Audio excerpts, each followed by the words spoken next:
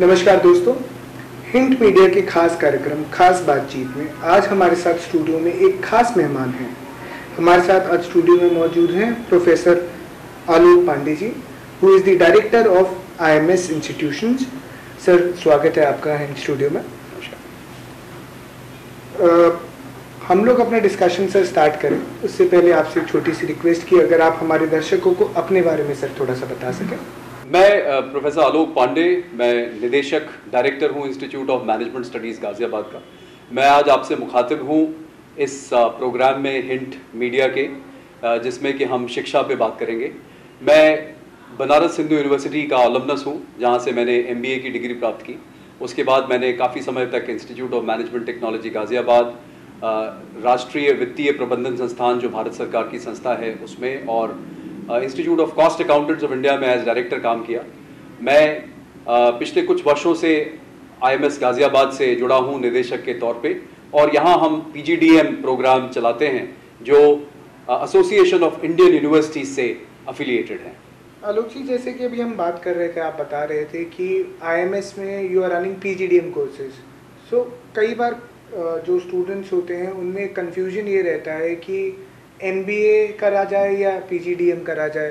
लोगों के माइंड में एक साइकोलॉजिकल ये रहता है कि MBA एक डिग्री कोर्स है, डिग्री मिल जाएगी, PGDM एक नॉर्मल आप कह सकते हैं सर्टिफिकेशन कह लीजिए या एक डिप्लोमा कोर्स कह लीजिए। तो क्या आपको लगता है MBA और PGDM का जो ये एक माइंडसेट बच्चों के माइंड में है, तो इसको कैसे हम लोग एक बेटर वे में उनको समझा सकते हैं कि yes, MBA has its own importance और PGDM के अपना। ये जो कन्फ्यूजन है इसे मैं आज दूर किए देता हूँ। यदि PGDM कोर्स को AIU, जो जैसा मैंने शुरू में कहा, एसोसिएशन ऑफ इंडियन यूनिवर्सिटीज़ द्वारा मान्यता मिली हुई है, तो वो MBA से बेहतर होता है। MBA के जितने कोर्सेज होते हैं वो अक्सर यूनिवर्सिटीज़ से एफिलिएटेड होते हैं, और उनमें समस्या ये होती है कि आप अपने करिकुलम में समाज या इंडस्ट्री के हिसाब से बदलाव नहीं कर पाते।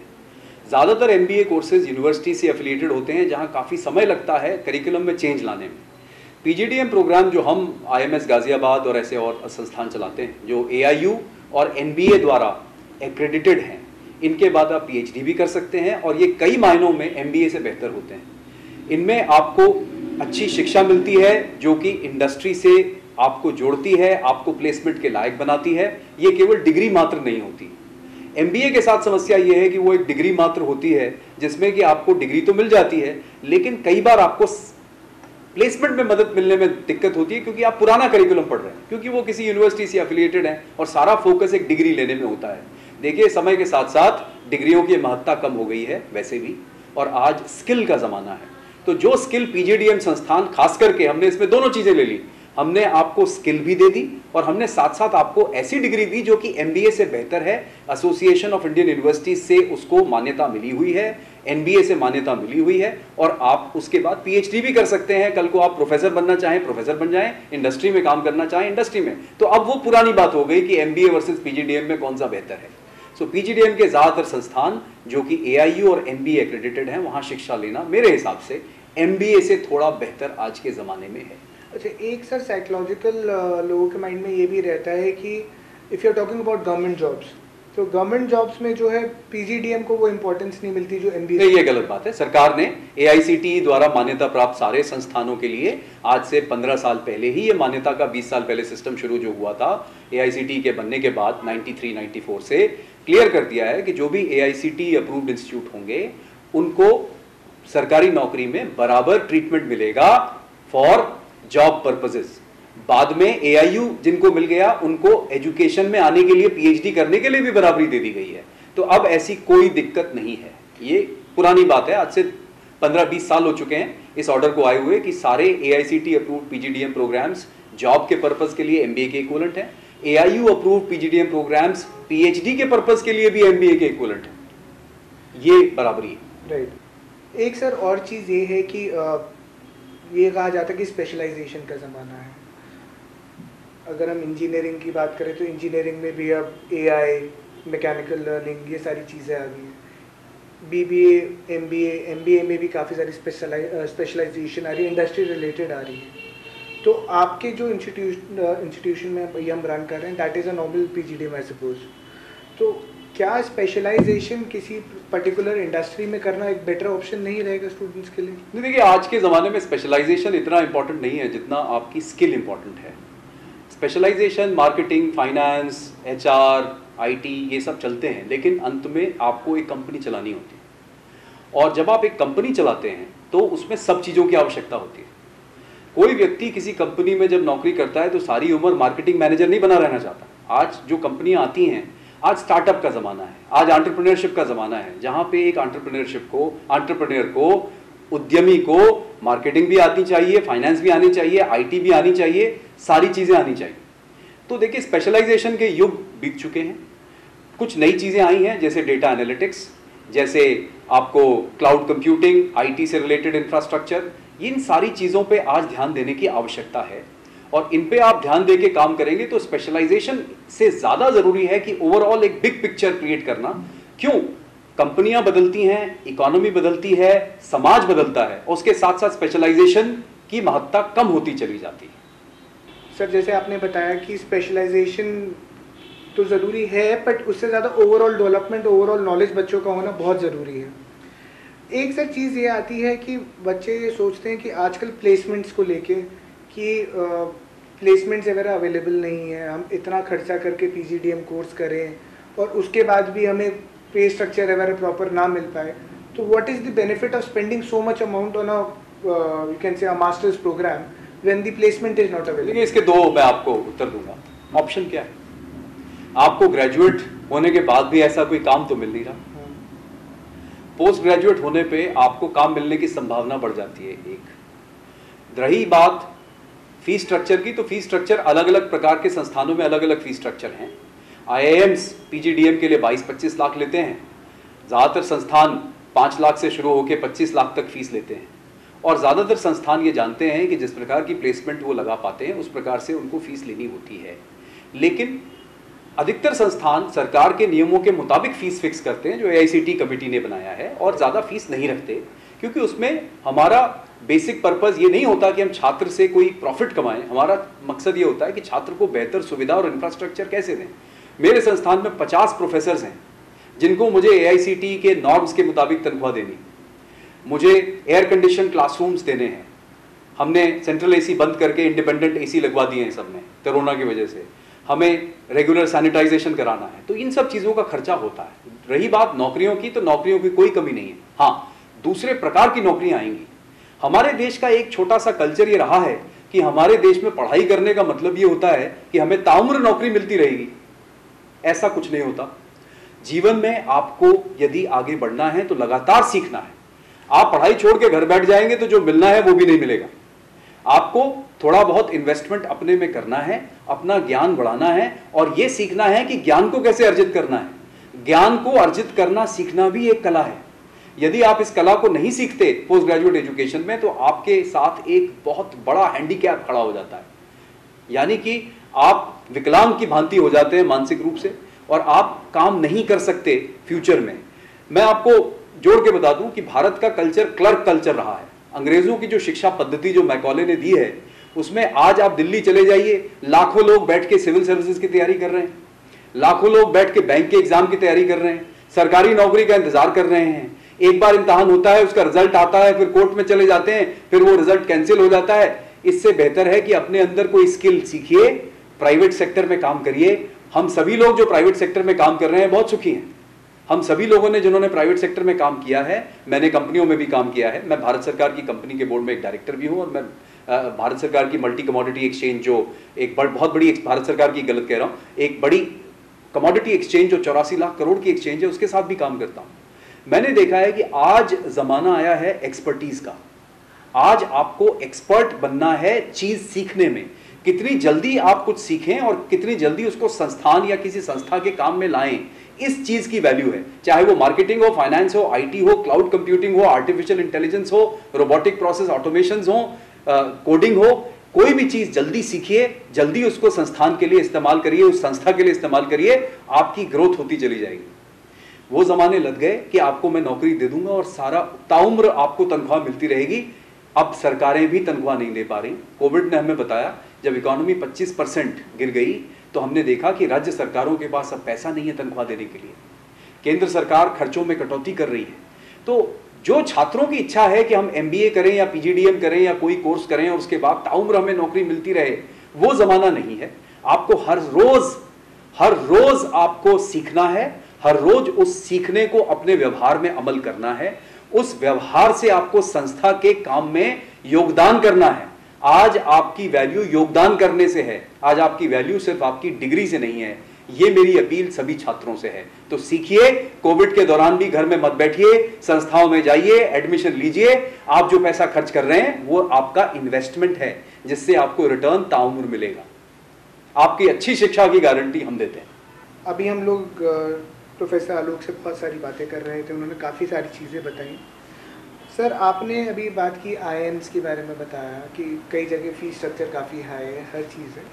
अगर हम आईआईएम्स वगैरह की ही बात करें तो आईआईएम्स वगैरह में आईएसबी ने कई सारे ऑनलाइन कोर्सेज स्टार्ट किए हैं, मास्टर्स इन डिजिटल मार्केटिंग और ऐसे बहुत सारे कोर्सेज स्टार्ट किए हैं।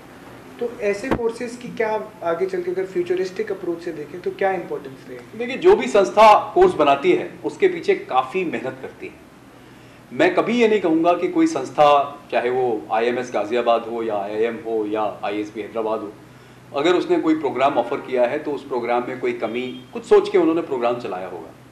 लेकिन जहाँ तक फुल टाइम एजुकेशन का सवाल है, मेरा मानना है कि आने वाले समय में ये कोर्सेज यदि हाइब्रिड मोड में ऑफर किए जाएं, जैसे कि हम आईएमएस गाजियाबाद में कर रहे हैं, कुछ हम कोर्सेज को का हिस्सा ऑनलाइन करते हैं, कुछ हिस्सा ऑफलाइन करते हैं। सभी कोर्सेज इस प्रकार से चलने में, जैसे हमारा एग्जामिनेशन सिस्टम ऑनलाइन है, यानी हम ईआरपी के माध्यम से इम्तहान लेते हैं और हम छात्रों को पूरा मौका देते हैं कि वो इम्तहान जब दें तो हम उनकी नॉलेज को ही केवल टेस्ट ना करें, उनकी अप्लाइड स्किल्स को टेस्ट करें। तो ज़्यादा मुद्दा यहाँ कोर्सेज का नहीं है, ज़्यादा मुद्दा यह है कि उन कोर्सेज का कितना लिंक इकोनॉमी से है, उनका कितना लिंक इंडस्ट्री से है। तो ऐसे कोर्सेज में दाखिला लेने से पहले सभी छात्र कोर्सेज को जांचें। उन कोर्सेज में जो फी ली जा रही है, जैसे कुछ संस्थान बहुत ज़्यादा फी ले रहे हैं। मेरा मानना है कि कोविड के समय में जब बहुत सरकारों ने रोक लगाई है और कैंपसेस पूरी तरह से फंक्शनल नहीं है, तो मेरा मानना है कि छात्रों को सोच समझ के उन संस्थानों में जाना चाहिए जो बहुत ज़्यादा फीस लेते हैं। आपको उन संस्थानों की कोशिश ये होनी चाहिए कि मैं भी सरकार से भी अपील करता हूं कि सरकार जल्दी संस्थानों को चलने दें। हमें हाइब्रिड मोड में कोर्सेज को चलाना होगा, उन कोर्सेज में राइट स्किल लेवल डालने होंगे और छात्रों को एक नए आने वाले समय के लिए प्रिपेयर करना होगा।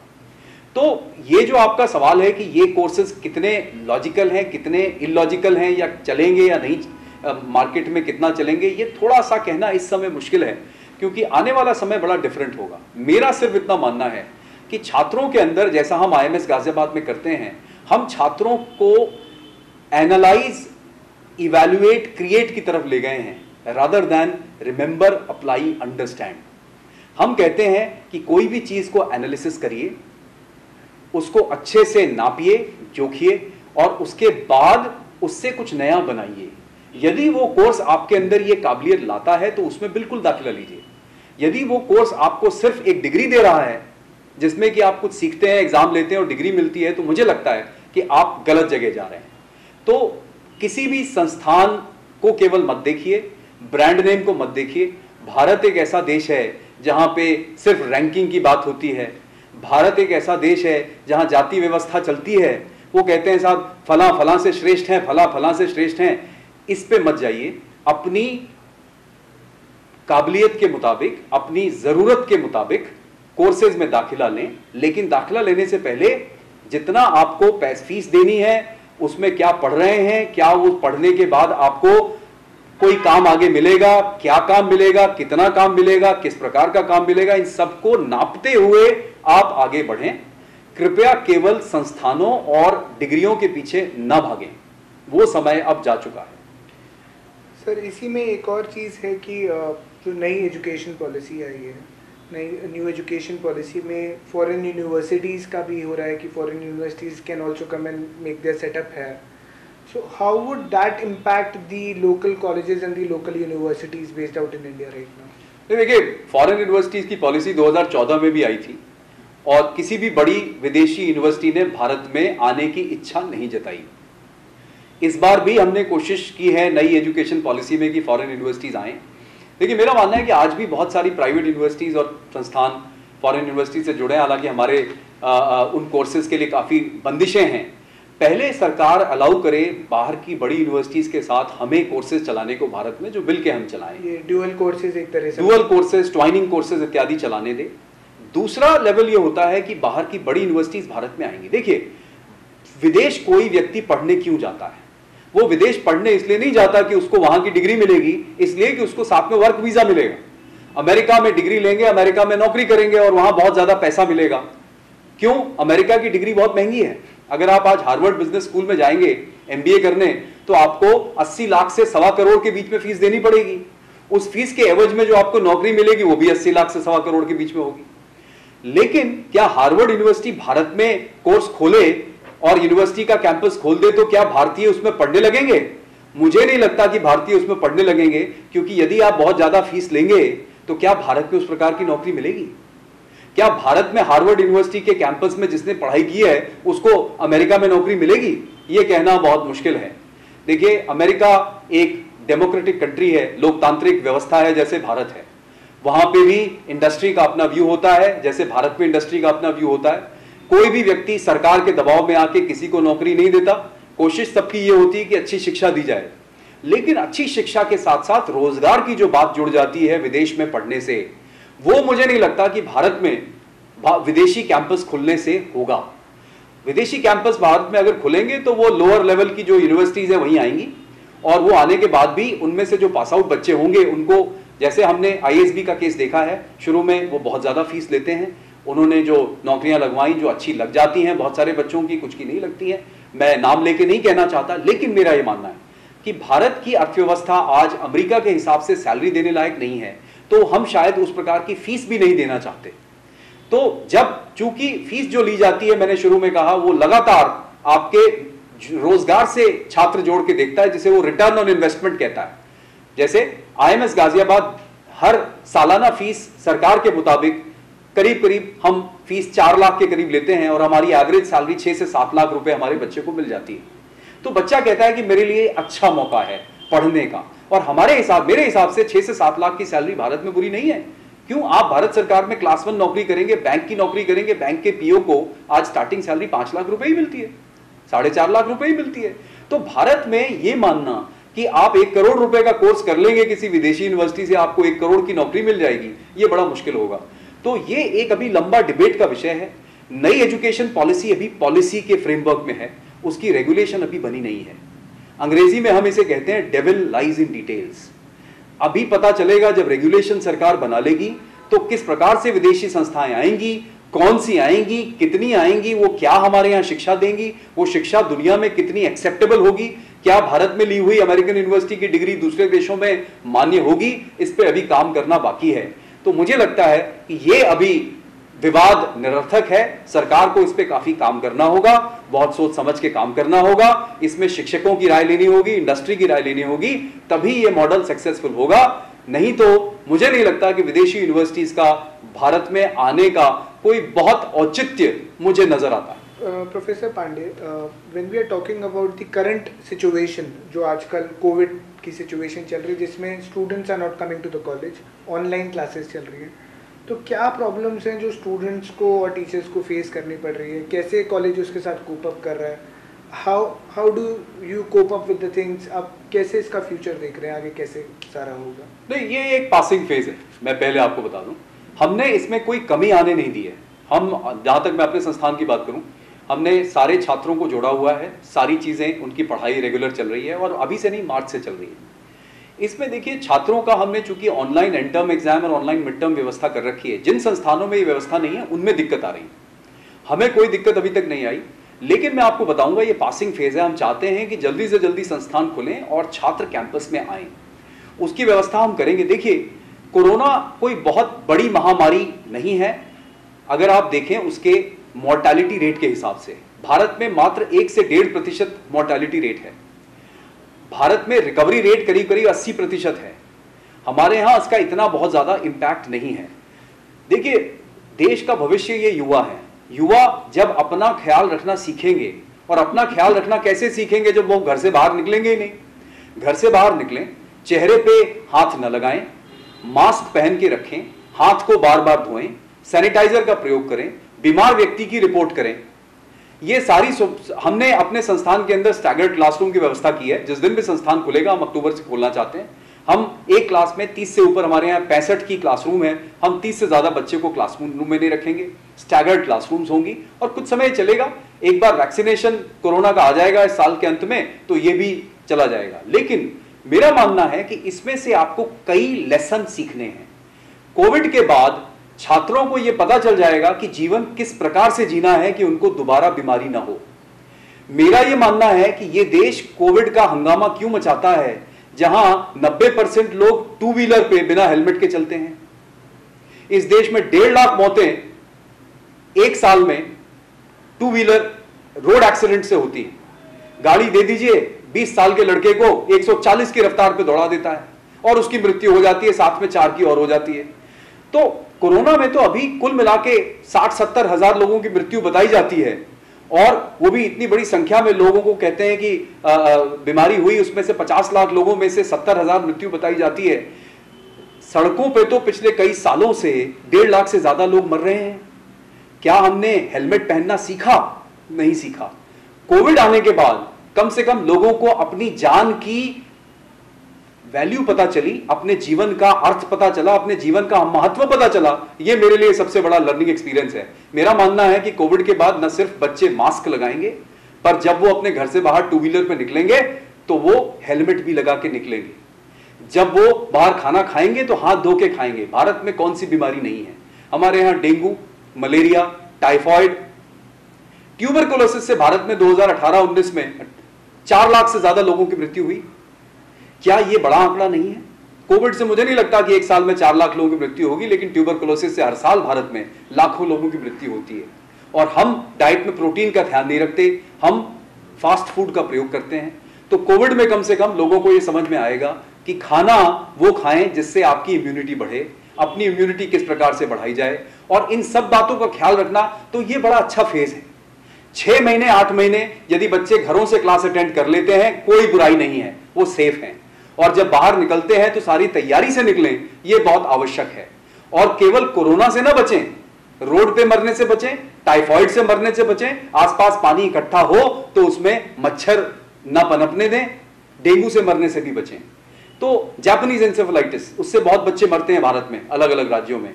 तो मेरा यह मानना है केवल कि इस देश के छात्र युवा देश का भविष्य हैं। कोविड का जो क्राइसिस है, इसमें उनको 6 महीने घर में रहकर आत्ममंथन करने का मौका मिला है, इंट्रोस्पेक्शन करने का मौका मिला है। कृपया इंट्रोस्पेक्शन करें, ना घबराएं, नौकरियां हैं, पढ़ाई अच्छी करें, कोशिश करें कि जो टीचर समझा रहे हैं उसको समझें और सीखें। ऑनलाइन पढ़ाई भी कोई दिक्कत की बात नहीं है, और ऑनलाइन का मतलब ये नहीं है कि हम उनको कैंपस में नहीं बुला रहे हैं। हम उनको अगले महीने से जैसे ही अलाउ करेंगे बुलाएंगे, और उनको आगे नौकरी के लिए अपने आप को, नए तरह के प्रोफेशंस के लिए अपने आप को तैयार करें। शायद आने वाला फ्यूचर हाइब्रिड होगा, और शायद आने वाले फ्यूचर में उनको, अभी बहुत सारी आईटी कंपनीज ने 31 दिसंबर तक ऑनलाइन काम करने की व्यवस्था दे दी है। सारे बैंक, आधे एम्प्लॉइज उनके आते हैं, आधे ऑनलाइन काम करते हैं। तो आप भी शायद कल ऑनलाइन काम करेंगे, तो कृपया इसको भी सीखें। आपकी डिग्री फुल टाइम ही रहेगी। कृपया ये ना कहें कि इससे अच्छा मैं ऑनलाइन डिग्री ले लेता। ध्यान रखिएगा, आप फुल टाइम कोर्स कर रहे हैं जो कि ऑनलाइन मोड में है। यदि ऑनलाइन और डिस्टेंस लर्निंग कोर्स कर लेंगे जो कि ऑनलाइन मोड में होगा, आपकी इंप्लॉयबिलिटी पे उससे फर्क पड़ जाएगा। तो कृपया फुल टाइम एजुकेशन से ना भागें, फुल टाइम कोर्सेज में एडमिशन लें, और वो ऑनलाइन में भी पढ़ाया जाएगा तो वो आपको ऑनलाइन से ज्यादा वैल्यू प्रोवाइड करेगा। सर, हमने बहुत सारी चीज़ों के बारे में बात की, we spoken about a lot of things, काफ़ी चीज़ें हमने कवर की हैं। At last as a student अगर कोई पूछे, then why IMS sir? IMS और कॉलेजों से, आपका कॉलेज और कॉलेजों से कैसे डिफरेंट है? ये आईएमएस का 30 साल का इतिहास है। आईएमएस के ऑलमनस 700 के करीब मेरे गिनती में हैं, जो कि सीईओ और एमडी की पोजीशन पे बैठे हैं कई बड़ी बड़ी कंपनियों में। उनका जो बैकअप है वो हमारे प्लेसमेंट, हमारे बाकी सिस्टम को सपोर्ट करता है, क्योंकि संस्थान की एक रेपुटेशन बनी हुई है उसके ऑलमनाई द्वारा। आईएमएस का इंफ्रास्ट्रक्चर सभी दिल्ली के संस्थानों से आप कंपेयर कर लें तो हमारा कैंपस और हमारे हॉस्टल जिसमें 400 लोगों के रहने की व्यवस्था है सबसे बेहतर है। आईएमएस की लाइब्रेरी आप दिल्ली के संस्थान देख लीजिए, आप गाजियाबाद के संस्थान सबको जोड़ भी लेंगे, हमारी लाइब्रेरी में जितने डिजिटल रिसोर्सेज और डेटाबेसेस हैं, पिछले केवल 1 साल में मैंने लाइब्रेरी में 1 करोड़ के आसपास का इन्वेस्टमेंट किया है। इससे ज्यादा आपको बेहतर हमारे लॉकडाउन के दौरान बच्चों ने लाइब्रेरी से बहुत मटेरियल डाउनलोड किया, अपनी रिसर्च की, अपनी पढ़ाई की, हमारी लाइब्रेरी। इसके अलावा सबसे बड़ा जो प्लस पॉइंट हमारा है हमारी फैकल्टी, जो कि हमारे 40 से 50 फुल टाइम फैकल्टी हमेशा तैयार रहते हैं छात्रों की मदद करने के लिए। और अब सबसे बड़ा एक और हमारा प्लस पॉइंट है लोकेशन। हम दिल्ली से NH24 से मात्र 15 मिनट की दूरी पे हैं। तो यदि मैं आपको शॉर्ट में बताऊं तो हमारी 30 वर्षों का इतिहास जिसमें हमारे अलुमनाई शामिल हैं, हमारा इंफ्रास्ट्रक्चर, हमारी डिजिटल लाइब्रेरी जो कि हॉस्टल में भी हम जिसकी सुविधाएं प्रदान करते हैं, हमारे शिक्षक और हमारी लोकेशन जो कि दिल्ली के जस्ट बगल में है। नेशनल हाईवे 24 तैयार हो गया है, दिल्ली से लोग 15 से 20 मिनट में दिल्ली बॉर्डर से अब गाजियाबाद हमारे लाल कुआं कैंपस पहुंच सकते हैं। ये चीजें आईएमएस गाजियाबाद को बहुत कॉलेजेस से श्रेष्ठ बनाती है। हमने पिछले साल भी जो 2018-20 बैच पास आउट हुआ है उसकी बहुत अच्छी प्लेसमेंट कराई है और सारे स्टूडेंट्स प्लेस हो गए हैं। और मैं महसूस करता हूं कि आगे भी चूंकि हमारे छात्र बहुत मेहनत करते हैं तो और हमारे शिक्षक मेहनत करवाते हैं, तो ऑलरेडी इस साल का 19-21 बैच का प्लेसमेंट चालू हो गया और कई बहुत सारी अच्छी कंपनियां आ चुकी हैं। तो मुझे लगता है कि हमारे बहुत सारे प्लस पॉइंट हैं जो आपको किसी संस्थान में मिलेंगे। और सबसे ऊपर हम प्रॉफिटियरिंग नहीं करते, हम अपनी फीस कम चार्ज करते हैं। जो मार्केट में और संस्थान हमारे जैसे हैं उनसे काफ़ी कम फीस चार्ज करते हैं एज पर AICTE नॉर्म्स। तो दोस्तों ये थे हमारे साथ आज professor Alok Pandey, director Institute of Management Studies Ghaziabad. Thank you so much for sparing your valuable time sir. और आई एम होपफुल कि आपने जितनी सारी चीज़ें, चाहे प्लेसमेंट की बात करें, चाहे MBA PGDM की बात करें, न्यू एजुकेशन पॉलिसी की बात करें, आपने जितनी इन्फॉर्मेशन हमारे दर्शकों के साथ शेयर की उन सब के लिए बहुत बेनिफिशियल होगी। Thank you very much.